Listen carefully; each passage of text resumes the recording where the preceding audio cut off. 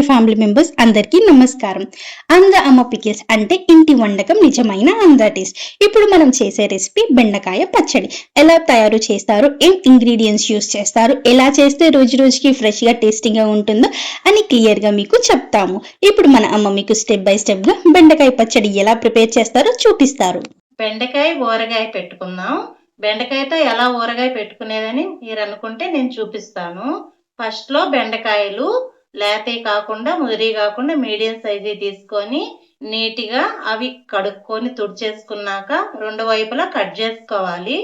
అవి ఇప్పుడు దోరలుగా వేయించుకోవాలి. ఎలా వేయించేది చూపిస్తా.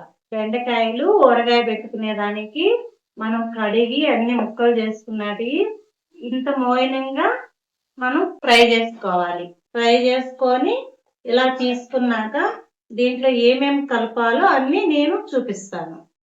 మనం ఫస్ట్ దొండకాయలన్నీ ఫ్రై చేసుకున్నాం కదా, నిల్వ ఊరగాయలాగా ఉండేదానికి దాంట్లో ఏమేమి వేసుకుంటే టేస్టీగా అది మంచిగా ఉంటుందో నేను ఇప్పుడు చూపిస్తాను.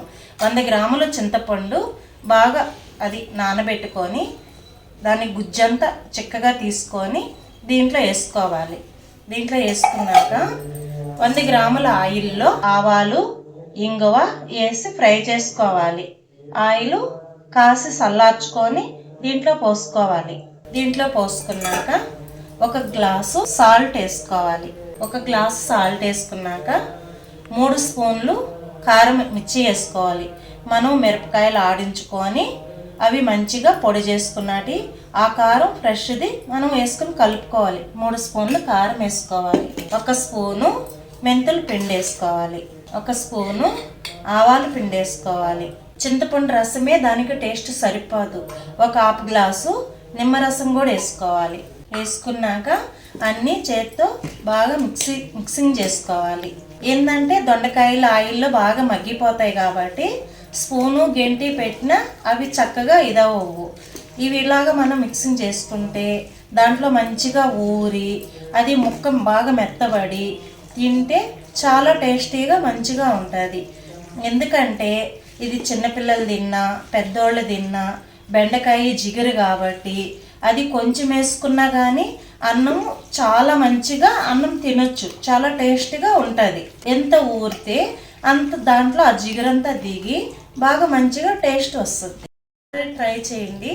దీంట్లోకి ఏమేమి చేస్తా ఆ ఒక మసాలాలో కూడా మీరు కావాలంటే మేము రెడీ చేసి పంపిస్తాం.